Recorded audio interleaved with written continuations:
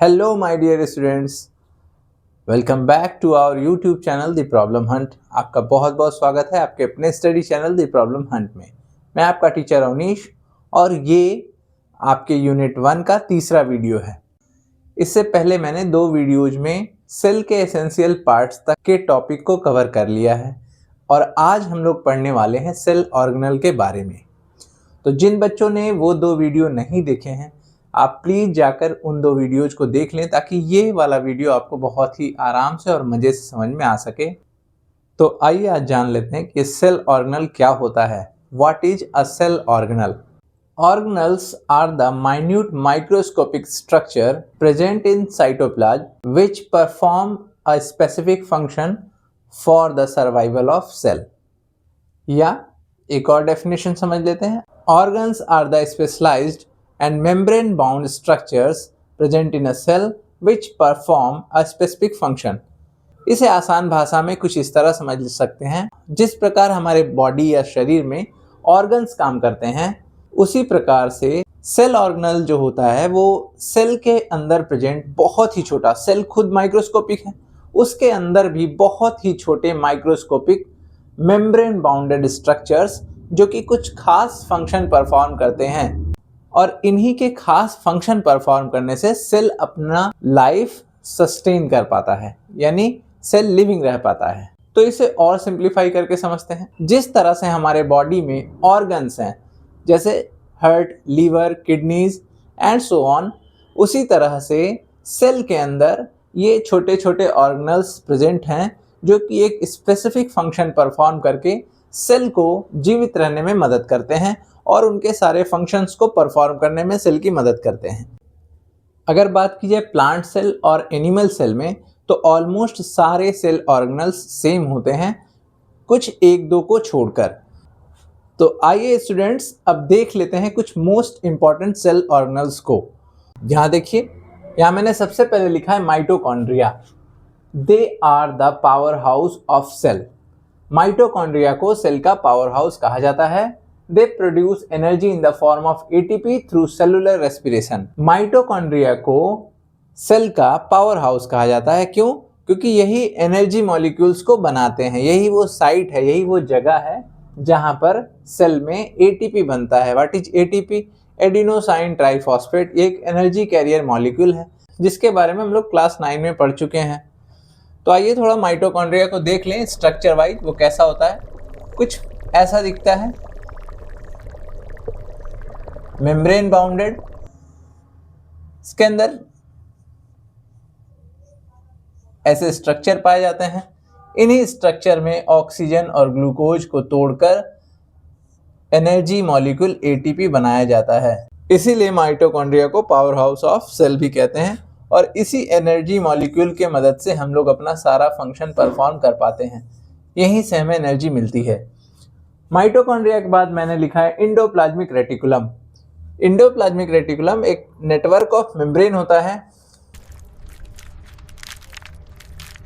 अगर बात किया जाए इंडोप्लाज्मिक रेटिकुलम के बारे में, तो ये कुछ ऐसा दिखता है। ये न्यूक्लियस से जुड़ा रहता है और इंटायर साइटोप्लाज्म में फैला रहता है। इंडोप्लाज्मिक रेटिकुलम पैसेज का काम करता है। पैसेज यानी न्यूक्लियस को कुछ बाहर भेजना है तो इंडोप्लाज्मिक रेटिकुलम के द्वारा बाहर भेजेगा, और अगर सेल को किसी चीज को न्यूक्लियस तक भेजना है तो वो इंडोप्लाज्मिक रेटिकुलम के द्वारा ही भेजता है। अब समझ लेते हैं इंडोप्लाज्मिक रेटिकुलम को 2 पार्ट में हम लोग पढ़ते हैं। रफ इंडोप्लाज्मिक रेटिकुलम जिसमें राइबोसोम्स लगे होते हैं, और एक है स्मूथ इंडोप्लाज्मिक रेटिकुलम जिसमें राइबोसोम्स नहीं लगे होते हैं। तो हमने आपको लास्ट क्लास में बताया था कि सेल के अंदर एक रीजन होता है जिस रीजन को न्यूक्लियोलस बोलते हैं। तो न्यूक्लियोलस में राइबोसोम्स को बनाया जाता है। राइबोसोम भी एक सेल ऑर्गेनल है जिसके बारे में अभी हम आगे पढ़ेंगे, लेकिन अभी समझ लेते हैं। न्यूक्लियस के अंदर एक रीजन है जिसे न्यूक्लियोलस कहते हैं। न्यूक्लियोलस में राइबोसोम बनता है, और जब राइबोसोम बनने के बाद न्यूक्लियस के द्वारा जब राइबोसोम को बाहर निकाला जाता है तो कुछ राइबोसोम जाकर इंडोप्लाज्मिक रेटिकुलम से अटैच हो जाते हैं, उसके सरफेस से अटैच हो जाते हैं।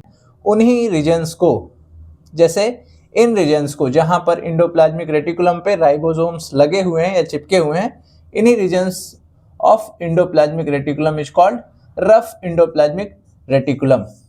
आप बता सकते हैं कि ये रफ इंडोप्लाज्मिक रेटिकुलम कैसे बना या क्यों बना? क्योंकि इनके सरफेस पर राइबोसोम्स चिपके हुए रहते हैं। राइबोसोम्स क्या करते हैं? राइबोसोम्स वैसे सेल ऑर्गेनल हैं जो प्रोटीन सिंथेसिस करने में मदद करते हैं। राइबोसोम ही वो जगह है जहां पर प्रोटीन बनता है या प्रोटीन को बनाया जाता है। Second one is smooth endoplasmic reticulum. ये वैसे इंडोप्लाज्मिक रेटिकुलम का वैसा एरिया है जहां पर कोई भी राइबोसोम नहीं जुड़ा हुआ है या नहीं चिपका हुआ है। तो इस रीजन में क्या होता है? इस रीजन में लिपिड फॉर्म होता है। What is lipid? Lipid is a fat molecule. Lipid fat molecule होता है। तो आपने समझा कि इंडोप्लाज्मिक रेटिकुलम क्या है। ओवरऑल इंडोप्लाज्मिक रेटिकुलम का अगर फंक्शन देखा जाए तो ये प्रोटीन सिंथेसिस और लिपिड सिंथेसिस करने में सेल की मदद करता है। तो अगर हम लोग सेल को एक शहर समझें या सिटी माने तो आप देख सकते हैं कि एक शहर में पावर हाउस होता है, पैसेज होता है यानी रोडवेज होती हैं, ट्रांसपोर्ट के अलग अलग मीन्स होते हैं। तो उसी तरह सेल में भी पावर हाउस है, दैट इज माइटोकॉन्ड्रिया। सेल के अंदर क्या है? इंडोप्लाज्मिक रेटिकुलम, जो रोडवेज जैसा काम करता है यानी पाथ प्रोवाइड करता है। सेल से किसी चीज को न्यूक्लियस तक पहुंचाना हो या न्यूक्लियस से किसी चीज को सेल तक पहुंचाना हो, ये दोनों पैसेज का काम कौन करता है? Endoplasmic reticulum. अब हम लोग देखते हैं अपने नेक्स्ट सेल ऑर्गेनल्स को। The next one is Golgi apparatus. Golgi apparatus को ही गोल्जी बॉडीज भी कहते हैं। गोल्जी बॉडीज के बारे में मैंने यहाँ लिखा है कि Golgi bodies modify, package and secret protein and enzymes. तो इसका काम क्या है कि पैकेज करना, अलग अलग सेल ऑर्गेनल्स के लिए मेम्ब्रेन प्रोवाइड कराना, पैकेज करना उन्हें और उन्हें सेक्रेट करना। Most important fact is that lysosome नाम का सेल ऑर्गेनल इसी गोल्जी एपरेटस में ही बनता है। उसके बाद मैंने लिखा है ribosomes. Ribosomes are small particles in the cytoplasm. They are the site of protein synthesis. Cytoplasm में डायरेक्ट, एक सेल के साइटोप्लाज्म में डायरेक्ट राइबोसोम्स बिना मेम्ब्रेन के होते हैं। बात किया जाए अगर गोल्जी बॉडीज की तो वो इस तरह से कुछ दिखती हैं सेल में, और इसका काम मैंने आपको बता दिया, सेक्रेट करना, पैकेज करना। राइबोसोम्स ऐसे टाइनी पार्टिकल्स के रूप में साइटोप्लाज्म में फ्लोट होते रहते हैं। इन राइबोसोम्स का काम है प्रोटीन सिंथेसिस करना। मैंने आपको थोड़ी देर पहले भी बताया। उसके बाद हम लोग देख लेते हैं लाइसोसोम्स को। It contain digestive enzyme. Lysosome जो है एक सेल का बहुत इंपॉर्टेंट सेल ऑर्गेनल है। क्यों? अगर किसी प्रकार से कोई भी गड़बड़ी सेल में पाई जाती है, उसके मैकेनिज्म में, फंक्शन में कोई मेल फंक्शनिंग होती है, या कोई बाहर से बैक्टीरिया या पैथोजन सेल में इंटर कर जाता है, तो ये लाइसोसोम्स है जो सेल को डाइजेस्ट कर देते हैं, यानी पूरी तरह से सेल को डिजॉल्व कर देते हैं, सेल को खत्म कर देते हैं। That is why they are called suicidal bag of the cell. Lysosomes को ही सेल की आत्महत्या वाली थैली भी कहते हैं। तो मैंने यहाँ लिखा है कि they perform intracellular. What is meaning of intracellular? Intra का मतलब समझेंगे, इंट्रा का मतलब विद इन, तो सेल के अंदर। इंटरसेलर मतलब दो सेल के बीच में। एक और वर्ड है, एक वर्ड है इंटर, इंटरसेलुलर। इंटरसेलुलर का मतलब होता है दो सेल के बीच, यानी दो सेल के बीच, और यहां लिखा है intracellular. Intra means within the cell. तो they perform intracellular digestion and destroy foreign substance. ये क्या करते हैं?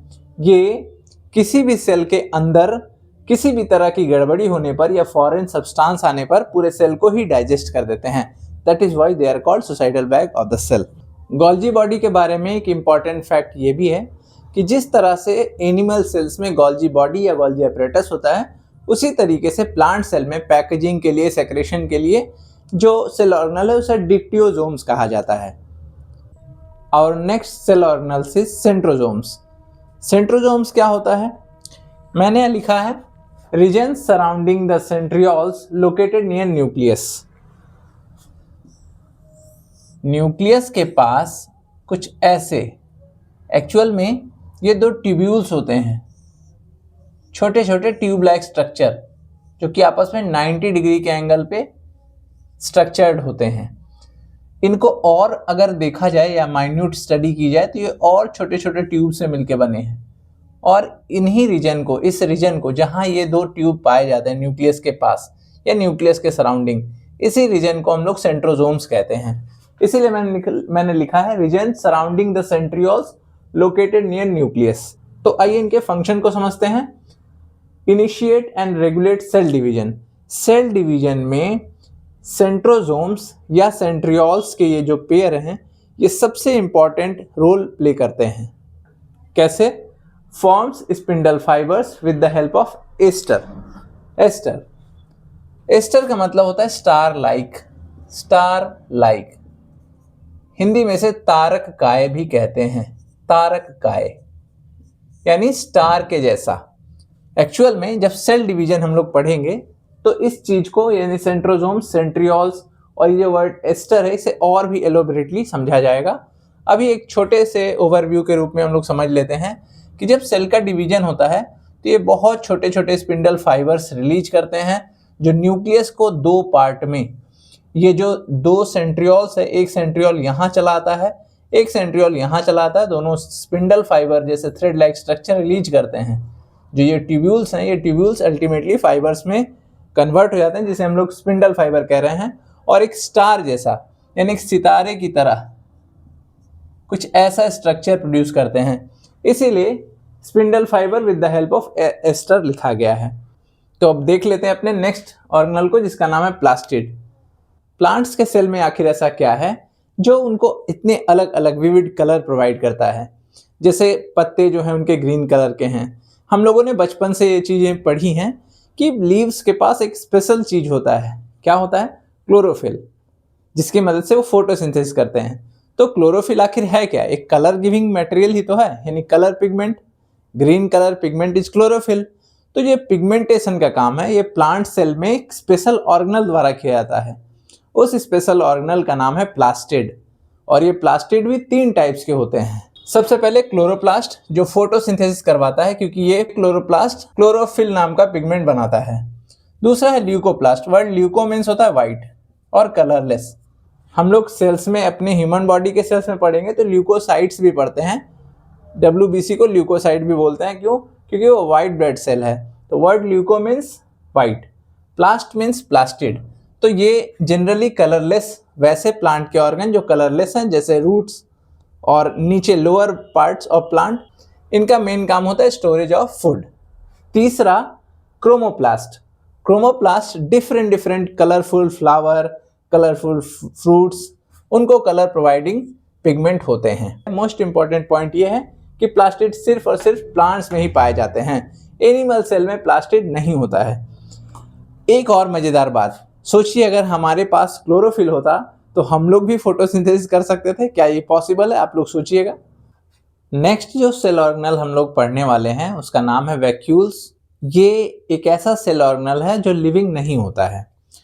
सबसे ज़्यादा और बड़ी मात्रा में यानी bigger in size of vacuole present in plant cells. अगर कंपेयर किया जाए तो प्लांट्स की तुलना में एनिमल सेल्स में वैक्यूल्स छोटे होते हैं। और एक स्पेशल बात है, वैक्यूल्स के मेम्ब्रेन को टोनोप्लास्ट कहते हैं। तो मैंने यहाँ लिखा है वैक्यूल्स के बारे में, vacuoles are clear space filled with cell SAP.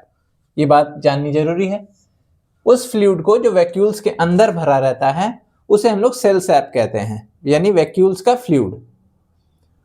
Function की बात किया जाए तो ये storage of water and food, लेकिन प्लांट सेल में एक स्पेशल फंक्शन परफॉर्म करता है जो हम लोग प्लांट फिजियोलॉजी वाले यूनिट में पढ़ेंगे। वर्ड है टर्जिडिटी।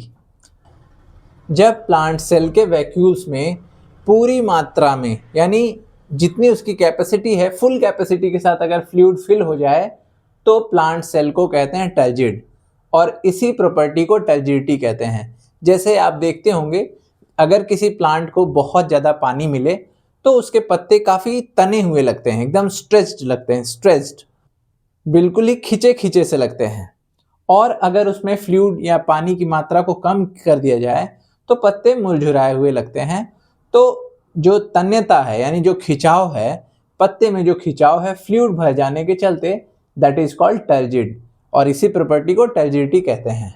अगला सेल ऑर्गेनल न्यूक्लियोलस, जो कि न्यूक्लियस के अंदर होता है। Present inside nucleus, produce ribosome, participate in the protein synthesis by forming and storing RNA। Nucleolus में ही राइबोसोम भी बनता है, न्यूक्लियोलस में ही आरएनए भी बनता है। राइबोसोम और आरएनए का काम है प्रोटीन सिंथेसिस करवाने का, और न्यूक्लियोलस ही है जो डिक्टेट करता है, यानी बताता है राइबोसोम को कि उसे कब प्रोटीन को सिंथेसाइज करना है, यानी प्रोटीन को कब बनाना है। ये कौन बताता है? न्यूक्लियोलस बताता है। The next one is chromatin fibre. Chromatin fibre के बारे में मैंने आप लोगों को पहले ही बताया था। आने वाला चैप्टर जो है सेल डिवीजन, उसमें हम लोग इसको बहुत ही डिटेल्ड वे में पढ़ेंगे। अभी भी थोड़ा समझ लेते हैं।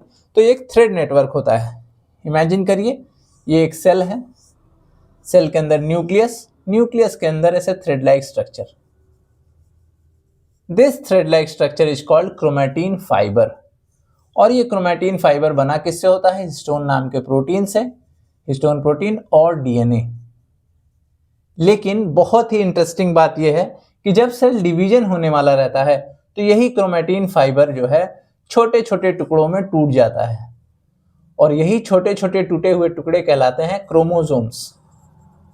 Chromosomes which is our genetic material और हेरिडेटरी मटेरियल। क्रोमैटिन फाइबर ही क्रोमोसोम है, और क्रोमोसोम बना है डीएनए थ्रेड का, या कह सकते हैं क्रोमैटिन फाइबर ही बना है डीएनए थ्रेड का। What is DNA? DNA is deoxyribo nucleic acid. Animal और प्लांट सेल में एक और ऑर्गेनल होता है जो लिविंग नेचर का नहीं है, उसका नाम है ग्रेन्यूल्स। ग्रेन्यूल्स बेसिकली वो क्रिस्टल, न्यूट्रिएंट, लिपिड्स हैं जो सेल में अनयूज्ड रह गए या फ्यूचर में सेल उसका इस्तेमाल करेगा। एक तरह से स्टोर्ड फूड है सेल का। लिपिड मतलब फैट, और छोटे छोटे क्रिस्टल्स जैसे सोडियम क्रिस्टल्स हो गए, इन सभी को, ये कोई खास तरह के स्ट्रक्चर नहीं है इसलिए इसका नाम ग्रेन्यूल्स यानी छोटे छोटे दाने, सेल के अंदर प्रेजेंट छोटे छोटे दाने को हम लोग ग्रेन्यूल्स बोल देते हैं। वैक्यूल्स और ग्रेन्यूल्स, ये दो स्ट्रक्चर जो है वो लिविंग नेचर के नहीं है। बाकी जितने भी सेल ऑर्गेनल हम लोगों ने पढ़ा सभी लिविंग हैं। तो जैसा कि मैंने इस वीडियो के शुरुआत में आपसे कहा था कि सेल को एक सिटी या शहर मान के देखिए, तो आप ताज्जुब करेंगे कि जितने फीचर्स एक सिटी या शहर में होते हैं, सेम फीचर्स एक सेल के अंदर प्रेजेंट है, जो कि माइक्रोस्कोपिक है। ये नेचर का एक बहुत ही नायाब वंडर है, करिश्मा है, कुदरती चमत्कार है जो कह दीजिए। तो अब हम लोग थोड़ा सा और एक टॉपिक पढ़ते हैं, उसके बाद ये यूनिट 1 का रिवीजन वाला चैप्टर जो है खत्म हो जाएगा। किसी भी रिलीजन पे या किसी कल्चरल इवेंट पर अगर आप सवाल खड़े करते हैं तो लोग ऑफेंड हो सकते हैं, लेकिन साइंस ही एक लौता ऐसा सब्जेक्ट है जो आपको हमेशा ये कहता है कि आप क्वेश्चन करिए। आप क्वेश्चन करिए कि कोई चीज़ जो हम पढ़ रहे हैं वो क्यों है, क्या है, कैसे है। That is science. Science is a methodology of study. तो मैंने आपको पहले बताया था कि न्यूक्लियस ही सेल का सबसे मोस्ट इंपॉर्टेंट सेल ऑर्गेनल है।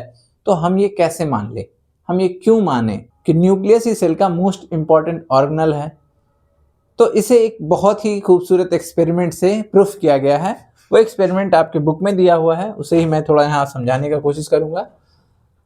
तो एक्सपेरिमेंट में एक अमीबा के सेल को ले लिया गया है। What is amoeba? It is a unicellular organism. Unicellular organism, एक सेल में ही इसके सारे लाइफ फंक्शन परफॉर्म हो रहे हैं। तो अमीबा एक सिंगल सेलुलर ऑर्गेनिज्म है, यानी कि यूनिसेलुलर ऑर्गेनिज्म है, जो एक अमीबा फूड इनटेक करते हुए यानी भोजन प्राप्त करके अपने आप को 1 से 2 डॉटर अमीबा में डिवाइड कर लेता है। अब एक्सपेरिमेंट में देखा गया कि क्या हो अगर एक अमीबा के न्यूक्लियस को निकाल दिया जाए और इसे एक बिना न्यूक्लियस वाले अमीबा में डाल दिया जाए। तो जिस अमीबा से न्यूक्लियस निकाला गया, यानी ए न्यूक्लिएटेड कर दिया गया, इसके न्यूक्लियस को निकाल लिया गया और इस रिसीवर या रिसिपेंट अमीबा में न्यूक्लियस डाल दिया गया, तो ये अमीबा सरवाइव कर जा रहा है, ये सरवाइव कर जा रहा है, लेकिन ये अमीबा इट डाइज। इससे हम लोगों ने एक बहुत ही इंपॉर्टेंट फैक्ट ये पता किया कि एक सेल में सारे ऑर्गेनल के बावजूद सबसे मोस्ट इंपॉर्टेंट ऑर्गेनल क्या है? वो है न्यूक्लियस। न्यूक्लियस के बिना किसी सेल की कल्पना ही नहीं की जा सकती है। सो आई होप सेल का ये रिवीजन वाला पूरा चैप्टर आपको बहुत अच्छे से समझ में आया होगा। अब इस वीडियो के एंड में मैं क्वेश्चन आंसर आपके लिए अटैच करने वाला हूं। आप जरूर से हर एक क्वेश्चन को सॉल्व करें, उसके आंसर ढूंढने का प्रयास करें या खुद से आंसर राइटिंग करें, और जो आपको आंसर नहीं आ रहा है, नहीं समझ में आ रहा है, वो आप हमसे जरूर पूछें कमेंट के द्वारा। That's all for today. मिलते हैं आपसे नेक्स्ट वीडियो में।